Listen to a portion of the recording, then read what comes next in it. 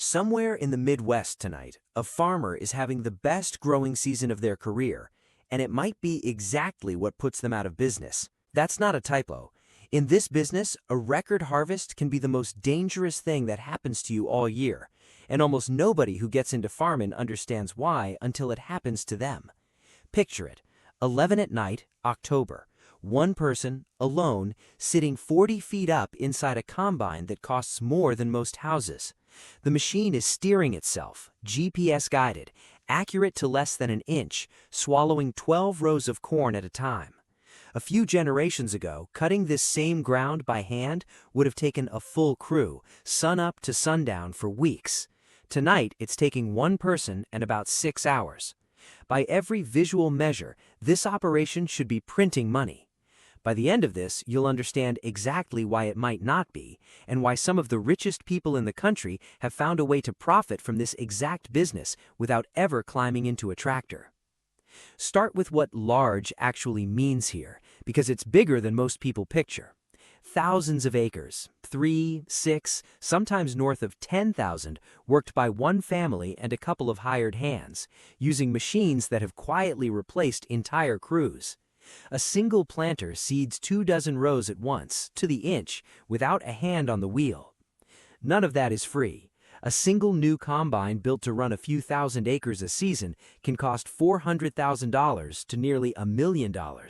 A tractor big enough to pull it costs another $400,000 or more. Add a planter, a sprayer, grain carts and drying bins, and a large operation can have several $1 million sitting in one machine shed, almost all of it financed. Here's the part that matters more than the price tag. That debt gets signed every spring before a single seed goes into the ground. An operating loan taken out against a crop that doesn't exist yet, for a harvest still 8 months away and entirely dependent on weather nobody can order in advance. The signature goes on the page the same way it did last March, not with dread exactly, more like the practiced calm of someone who stopped flinching a long time ago. This isn't the first time this business has run on debt stacked on top of a harvest that hasn't happened. It's not even close to the biggest version of it. The last time it happened at this scale, across the whole industry at once, it didn't end quietly. We'll get to exactly how bad it got. Because there's a bigger problem sitting underneath all of that borrowing, and it's the part that makes this business genuinely strange. Unlike almost every other business, the person running this one doesn't set the price of what they sell. A gym can raise membership dues, a restaurant can change the menu. A corn farmer in Nebraska cannot walk into a grain elevator and ask for more money because costs went up, or because this year's crop turned out better than anyone expected. Corn is corn. It trades on a board in Chicago against corn grown in Iowa, Brazil, and Argentina, and the price that farmer gets paid is set by all of that supply landing on the market at once, not by anything that happened in his field. Which brings us back to the opening line. In 2025, American farmers were on pace for one of the largest corn crops ever recorded. Yields forecast near 189 bushels an acre. On paper, a triumph. In practice, all that grain landing on the market at once helped push the price down toward $3.90 a bushel, well under what it cost most of them to grow it. Economists estimated the average corn farmer lost more than $150 an acre that year, while looking out at one of the best crops of their life. The single best growing season a lot of these farmers had ever had was financially one of the worst. That's not a fluke. When yields are strong almost everywhere at once, supply floods the market simultaneously, and price falls to meet it. The better the year looks in the field, the worse it can look on the settlement sheet. If you were sitting in that cab, watching a record crop come in while the price slides the other way on your phone, would you sell today and take the loss, or hold the grain and bet it recovers by spring? That's not a hypothetical, it's a real decision with real money attached, made every single fall. So, if the market itself is mostly out of a farmer's hands, what actually decides who survives a year like that? Federal crop insurance is the floor most people never see.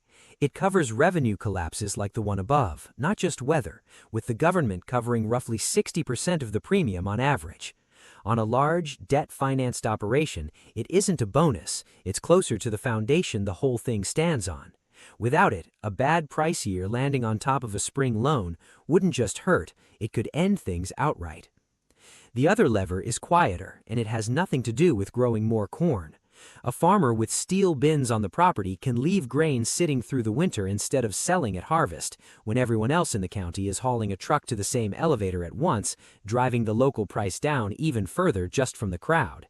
Waiting until February or March after the rush passes can be worth tens of thousands of dollars. But it takes the discipline to watch a number sit there against you for months and not touch it. Could you actually do that? Watch grain lose value on paper every single day and just wait. Most people can't. That patience decides more about whether an operation survives than the size of the combine ever will. There's one more way operators try to escape this risk completely. Stop being the operator. Some of the biggest names in this business have already made that exact move, and it's not who you'd expect. We'll get there. First, the part we promised. Because when this business goes wrong, it goes wrong for reasons that compound. Through the 1970s, land values across the Corn Belt climbed fast, and farmers borrowed heavily against that rising value to expand. More acres, more machines, more debt, all backed by the same collateral. Then interest rates spiked toward 21% as the Fed fought inflation. Export demand fell, and commodity prices sank with it. The land that had backed all that borrowing lost roughly 60% of its value in Iowa alone between 1981 and 1986. Farm debt nationally hit $216 billion by 1984. Close to a third of commercial-sized farms couldn't cover their bills.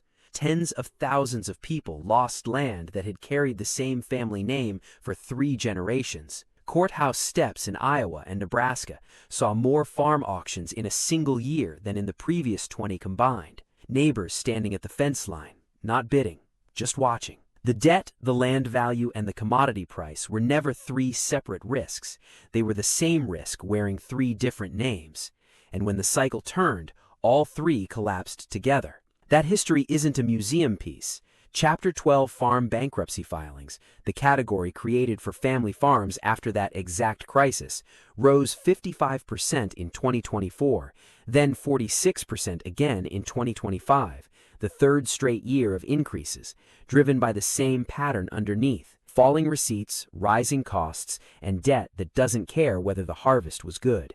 It isn't the 1980s again, not yet, but it's the same shape of problem, moving at a slower speed. Now, the part we promised earlier. The way out isn't insurance and isn't storage.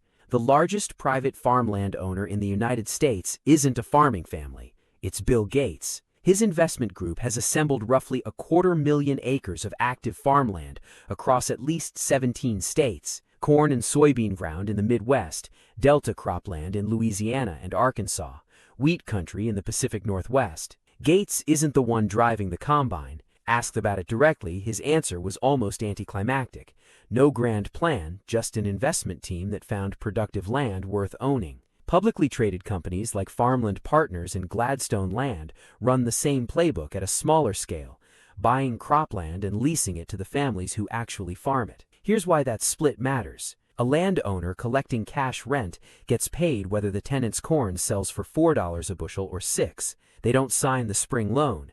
They don't finance the combine. They're not the ones sitting in a cab in October watching a futures price slide against a record crop. They collect a check and hold an asset that, even in a rough stretch for grain prices, has climbed to a national average above $6,000 an acre for cropland, and past $10,000 an acre for the best ground in Iowa and Illinois. The operator carries almost all the risk in this business. The landowner carries almost all the upside. So go back to that cab. 11 at night. One person and a machine steering itself through the best crop of their life. They're not just growing corn. They're the labor that makes someone else's ground worth what it's worth. Sometimes their own, sometimes a landlord 3 states away. The debt is real. The weather is real. The price on that phone screen, set by people who've never once seen this field, is real too. And it can turn a record year into a losing one without anyone in that cab doing a single thing wrong. But the one number that has almost never moved the wrong way for long through every crisis this business has survived was the value of the ground itself. A mechanized farm doesn't really run on diesel. It runs on debt somebody has to sign every spring, weather nobody gets to order, and a price nobody in the field gets to set. The only part of it that reliably comes out ahead, decade after decade, was never actually for sale: the ground under the tires. If you were starting from nothing, would you rather run the equipment and carry the risk, or sit a few states away just collecting the rent check? Tell me which side of that trade you'd take, and why. And if you want the next business broken down the same way, tell me which one. Then subscribe, because that's exactly what this channel does.